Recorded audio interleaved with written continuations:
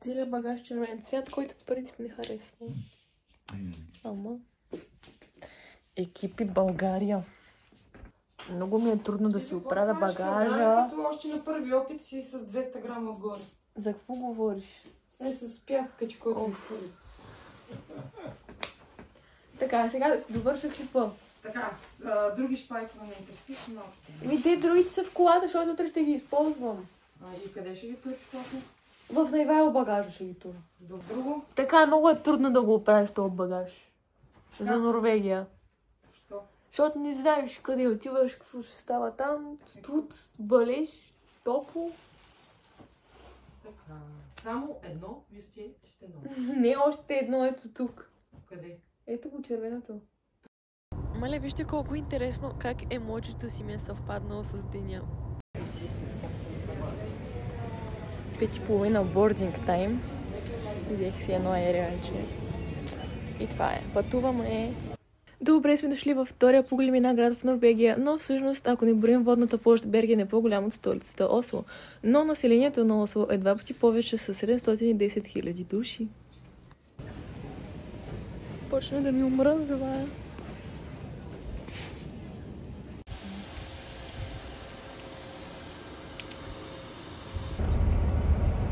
Трябва да се направи снимка с викинга. Да, ще снимка. Ама изправя клиповете. И сега, докато пътувам към стадиона и ви показвам природата и градоустройството на Берген, продължаваме с фактите, а именно площта на Берген е 465 квадратни километра. И ако трябва да го сравня с моят роден град Пловдив, той е 4 пъти по-голям. Но в Пловдив сме малко повече човечета с около 40 000 души. Тук, след като автобуса ни остави на спирката, която изобщо не може да се предположи, че е правилната спирка, трябваше малко да повървим пеша до стадиона.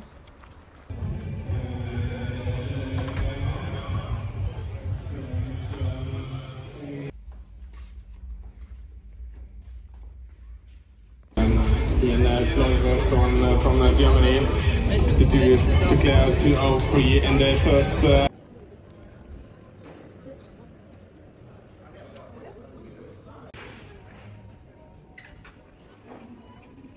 Днес съм прочела 200 страници от книгата си. И викам малко да си почина, обаче не знам какво да правя. И ще ви направя рум-тур. Ето тук влизаме. Ето това е банята.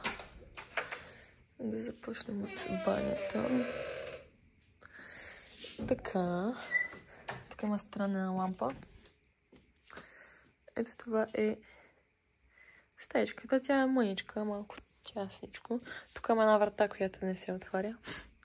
Телевизорче. Бюро с столче. Тук е едно диванче. И гледката, която хотел ни се намира близо до летището. И стадиона е в една посока. На 10 минути с автобусче. И това е... Часът е 9:30. Така цяло след час и нищо. Ще си лягам, така че първият ден свърши. И утре ще е малко скучно. Ама... Какво се прави, пак се чете. Ще се разхожда, ще се пораздвижим, ще си похапнем. Само хубави неща. Много хубава светлина. Много хубаво се вижда. Май няма да изкривлявам. Между другото, това отзад е много яко. Ден номер 2, откакто съм в Норвегия. Значи, как спах? Ами добре спах. Беше такова много хладничко. Тук нямам нужда от климатик, защото навънка е 17 градуса вечерта. Може и по-хладничко. Само, че в 5:30 се събуждам, защото ми се ходи до туалетната. И навънка е светло. Мисля, той в България, ама е 5:30 е светло. Ама вчера се стани много късно. Абе, тук нощите са много мънички, на който не му е ясно. И днеска вече закусих, станах 9:20, закусих, сега е 11 и малко. Трябва да направя една закрявка. Нямам търпение да скачам вече. Утре сутринта Старта ми е в 11:30, което значи, че ще ставам около 6:30. Към 8:30 ще се тръгва утре, така че къса на 6:30 имам 2 часа в стаята в хотела, да се наям, да се облека, да си дигна настроението. То няма да ми пада, както си че днес съм в настроение, утре няма да ми пада също, други ден също. И сега трябва да направя загрявка, не знам дали го казах. След това ще да обядвам, а по-късно един от треньорите ни каза, че на 10 минути от хотела има плаж. И ние май ще отидем да го търсим после към 4-5. Ще взема с мен на това приключение, ако тръгнем. Ако случайно не се отложи, после вечеряме и после се опитваме да си лягаме рано. И чакайте да си похваля, защото вчера прочетох 250 страници. И так не го свърши. Днес ще получвам друга. Тя ми е там. Е тук. И така.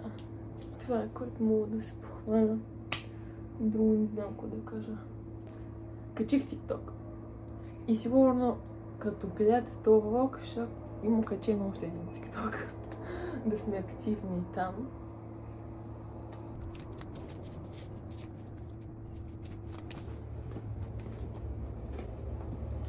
Ready.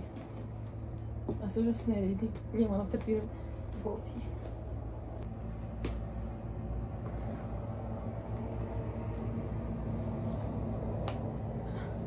Ами да не загубим. Ето го, аутфита вече е готов. С Nike-чорапите и Nike-маратонките. Ох, за кой път издигам крака. Много яко. Сега какво ми трябва друго?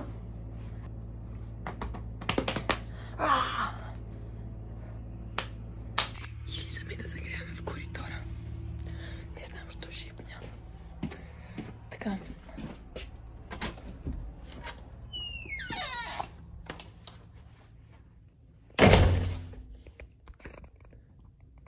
Той е коридор. Коридор е бая дълъг. Абе, ако си сложа телефона и тук, за да се снимам. Обаче, ако излезе някоя камерирка, ще му фане много срам.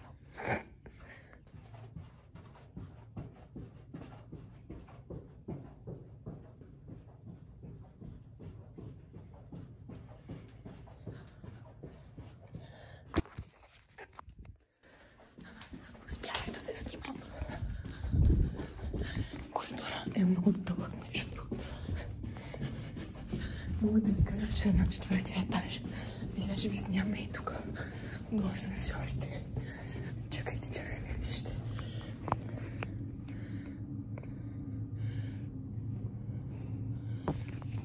Много яко. Въй тук, вижте, е това. Мога да го използвам като станка за балет. Хоп. Хоп. Голям фантазиорка съм.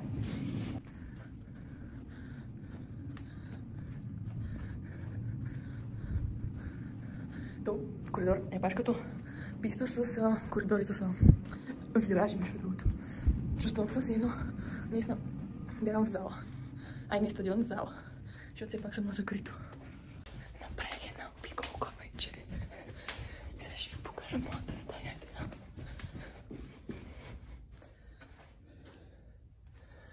И количката, която използвам да си снимам.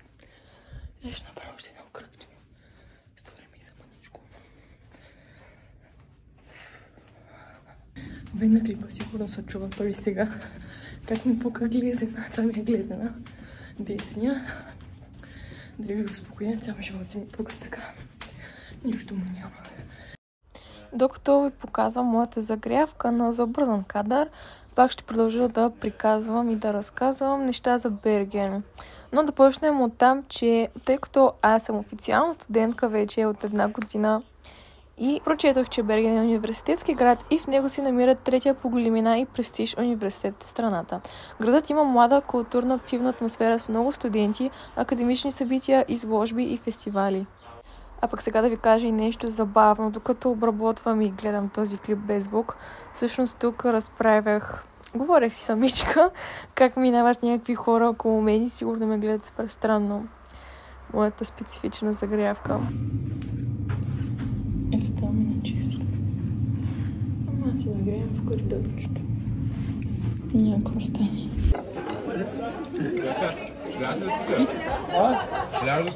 Няма и аз тръгвам тръгвам. Кликнах навигацията за някакъв плаж. 20 минути пеша.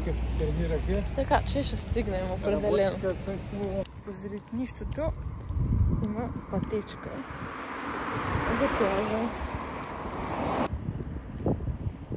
Тук между другото пише добре дошли. Вижте какви високи дървчета има. Оле-ле, това как ма стресна. Виж какво има тук. Оле, да, има и лисичка. Обе, ме ма стресна, викам, това истинско ли е? Оле, това какво е диво? Има едно камъче написано, други камъчи. А, да. Чай да ги покажем на Вова, тук пише нещо. Има и от това. Превеждайте. Ей, тук има едно. Там овца. Тук едно сърце има. Това е моето. Две ли, какво пише там? Хармонт. Хармонт пише. Сигурно означава хармонт. Вярно сърце? Не. Майка сестра ми. О, даже и овце има тук. Да, овцата я видях. И тук има една сестра ми. Виж е това. Също. А, да, това е приятелката й. Една от новото. Даже има това. Майко се сладко. Това е сладичко. Там до Тилби. Сори, превеждайте в коментарите. Стигнахме почти. Преди малко се базикахме някой, като сте питал къде беше на море тая година.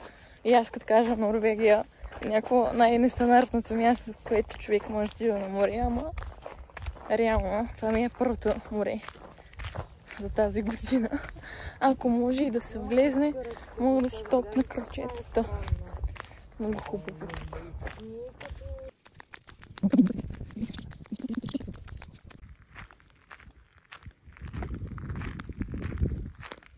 Малко накрая.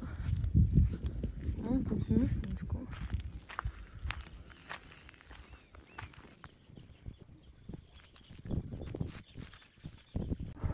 Значи камъните много пареха, водата беше много готина, не беше много студена, не беше топла със сигурност, но не можах да влезна по-навътре, защото много се хлъзгаше вътре. Там отидах да си направя снимки. Тук също се забавляваме като малки деца. Се радваме на малките неща. Тук малко сменихме пътеката. Като цяло тук беше много красиво. Си направих бая снимки. Тук има много охлювща на този камък. Като цяло Берген е важен морски град и основен център за морския транспорт и риболов. За първи път, мисля, почти съм сигурна, ще пробвам морковена торта. Тук, на Берген. Направо и изяди. Така.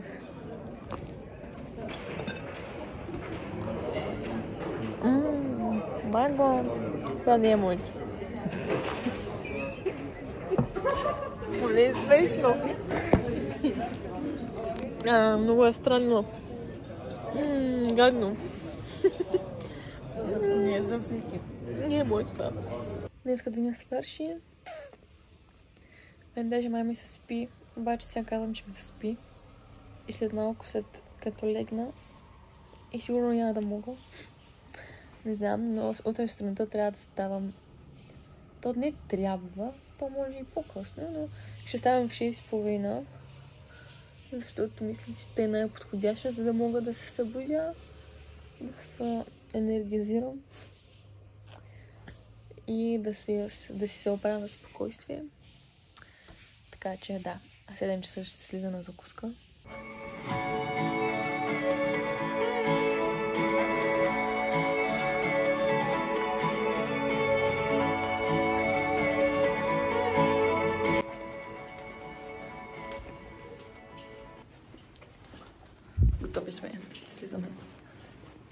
шипец.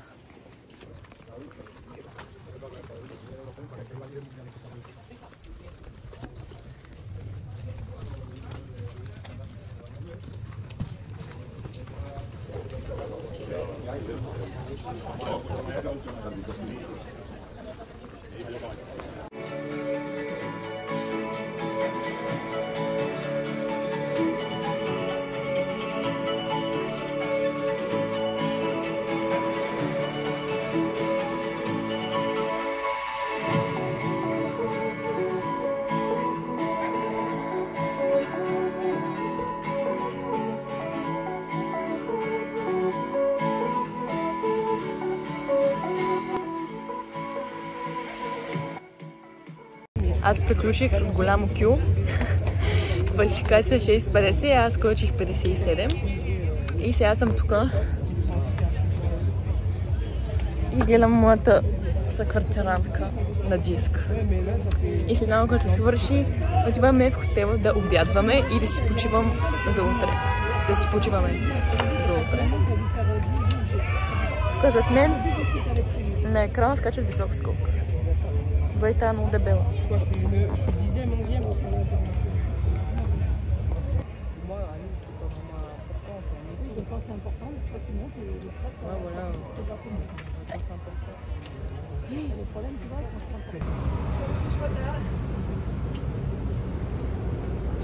Забравих си картата в стаята. О, но все пак ще слезна до рецепцията. Всъщност аз имам да вечерям, но ето тук се сканира картата. И да, но слизаме надолу. Така, идето беше на разходка до Спар магазин днес, докато аз седях и бърза. И е купила някакви неща за нея, за мен, за сестра си ли? Да. И сега ще разглеждаме. Ще ми кажеш какво е за мен. Ами не знам, това, което е по това две... си харесвам ли? По принцип, това са на сестра ми желираните бомбони. Мисля, че ги има между другото и в България. Да, ма тези не знам дали ги има конкретно. Иначе самите бомбони, да. Не знам, са известни и ги снимат в TikTok. Да. От какво бе неща? Ще взема няколко. Това са бомбони с карамел. О, ти си ги взела за теб. Това е солен карамел. Солен, тофи. 2 тофи. И пак някакво салти карамел десертче. Абе, касяло и двете обичаме карамел. Да. Това няма да сбъркаме. Това какво е? Не знам. Това май го има и долу в хотела. Така на рецепцията, да. Аз си там ще да проверявам какво има. Някакъв шоколад, може би. Това май е норвежки език. Значи, от тук. Тук ще е шоколад, ще пробваме. Утре. Тук още един, това е еднакъв. О, това изглежда яко. Вафла, но изглежда яко. Като бюти. Това е като киткат, дидо. Знаеш ли сладкото дидо? Не. Дидо. Съм сигурна, че така се казваш. Това е за който не знае. Имаш някаква вафла тройка. Тука. Тройка? Тройка пише. Тука? Тройка, да. Ма не знам дали е взех. Що не е взех? Трябва... Викам за... Ох, чакай. Ако е като... Дъмле Снакс Оригинал. Това май пак с карамел, не пише с какво е. Ако е като лилито в Словения на захарчето. Деца смееше. Какво? Викам, Лили, нали нещо смееш, като поръчаш кафе в хотела и ти дават някакво захарче и то пише пишкотек. И тя ха-ха-ха-ха и дай ще го сложи на кейса. Това е нещо с марципан. Аз не обичам май марципан. Това вафла с какво? Не знам. Монолит. Аз не знам, просто вземах, защото хората ми казаха, ми затваряме. Close, faster. Да. Тупла. Double wire white. Това може би ще е хубаво. Ето как ги наредих. Да. Те не се виждат. Ще ги покажем. Тук също нещо ни пише, нямаме информация.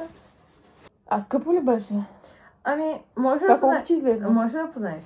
Айде, чекай. Айде, познай. Значи, ето тези работи. Плюс едни железни колко... Не знам колко са ето. Май не е кило това. Едва ли има, ама до тук е пълна киселката. Нещо трябва да позная колко страшно дето показах. Ако искаш в... 1, 2, 3, 4, 5, 6, 7, 8, 9, 10, 11, 12, 13, 14, 15, 16, 17, 18, 19, 20. 36 лева. Не, много се далеч. По-скъпо? Да. 8, 9, 48. Още ли? Стига бе, как още? Искаш, пробвай се в норвежки крони. Не, те Да само чуват направо. 50 лева. Не. 69. Не. То не си струва. Еми. Добре, чакай се. Не е 69. 74. Не, чакай, аз преди малко колко казах, бе? 69. Да, това ми беше последното. Да, това беше. Добре, 100 лева! Да. Наистина! Да. Нереално. Да, бе, човек. Майко. Тук е супер скъпо. И имай предвид, че това си е нормален хранителен магазин за тях. Абе, да не е скъпо, защото е до летището, бе. Не е заради това.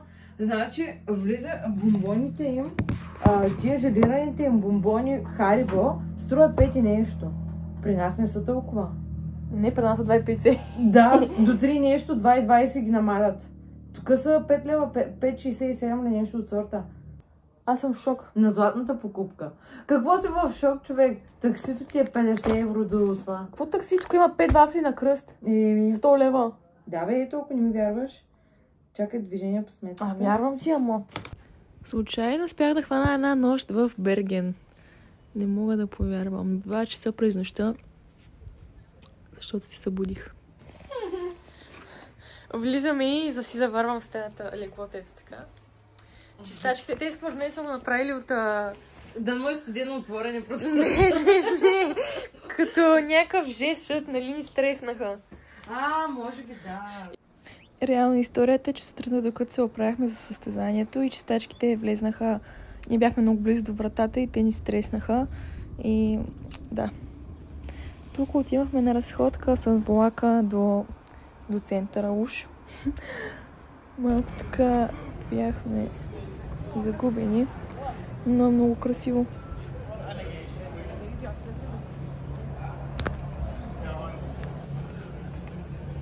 Има веско, има... ето го увеселителния парк. Да, дето казах, че има увеселителен парк. Обичам ги, виж какво са яки. Да, моят цвят. Не дей да се късаш.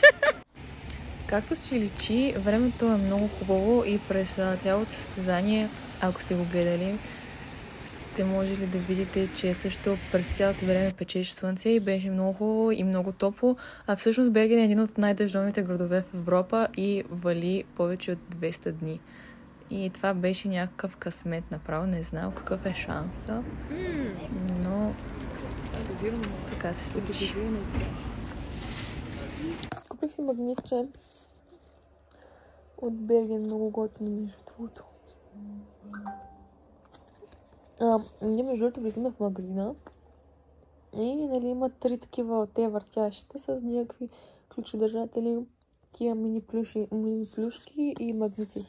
Обаче те бяха блокирани, не можеш да стигнеш до тях. Обаче ние питаме там едното момче, дето беше на каста. И то нали отиде, завъртя ни ги там, показа ни ги, не всичките, ама това дето беше най-близкото. И си харесах то магнита и само го показа. И викам, това е много яко. И нали, ние бяхме с Ивето. И викам и го питам, има ли 2. И той първо казва не. Обаче после му викаме дали може да завърти от другата страна. И там се оказа, че има още такива. И си взехме и са много готини. Мен между другото... това бързина това. Мен падна батерията. Някои кадри от разходката бях снимани с Samsung. Ама, случва се. Време е малко да се поговори. Време е за истината. Тъй като вече мина състезанието и всички емоции отминаха, забравих се и време за обяснения. И малко да спрем и да помислим. Ако не сте забелязали, нямаше кадри от деня. Всъщност имаше чак вечерта. Но преди финала, който беше само ако не помня към 5-6 часа. Допреди това цял ден не съм снимала нищо. Защото реших, че ще се съсредоточа само върху скока. Няма да се разсева, макар че то нямаше и много какво да се снима. Но защо не се получиха нещата? Една от причините, на която дължа да не се получи, беше, че имах болки в кръста, които болки в кръста по принцип не са от тези дни. Ме боли кръста от 2 месеца. И за хейтерите това може би ще звучи като оправдание, но не е оправдание. 2 месеца търпях болка. В началото мислих, че не е нещо сериозно и мога да се оправя, но после не се оправи и европейското много бързо мина времето и реално нямах много време за възстановяване и трябваше да направя всичко възможно да преодолея болката и да си взема това, за което бях отишла. Но не се получи, но въпреки това за хората, които се чудят и които ме питат сега какво ще се случва, какво следва, имам 1 месец до световно, мъже и жени. И в момента просто взех наистина мерки да се възстановя. И се надявам, ако се оправя, всичко е наред. Ще започна подготовка за световното и ще има болки оттам. И това е. Благодаря за вниманието. Като цяло, като изключим това, че не се получи на финала, на квалификацията, бях много щастлива, защото за първи път ми се случва да си скоча толкова колкото трябва от първи опит. То даже се вижда, че се радвам. Аз по принцип не бих се зарадвала на такъв резултат. Но тогава се отпуснах. И като изключим състезанието, времето ми прекарано в Берген беше ми много забавно, благодарение на Ивето, с която бях в стая, която състезаваше на хвърляне на диск. Допреди това не си бяхме говорили почти изобщо, обаче стаята много ни сближи.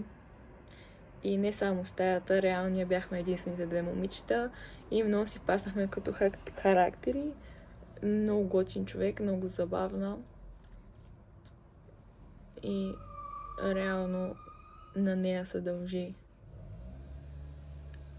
това, че си изкарах добре. И не знам какво друго да кажа. Ама е това. Но и вече това май много ще хареса. Много е яко. Много е яко. Как си знаех, че ще хареса? Оля, такова нямаме ли в България? Не, че не съм много яко. Значи познаваме се от 3 дни, обаче това е. Една стая много сближава. Така е. И като няма с кой друг да...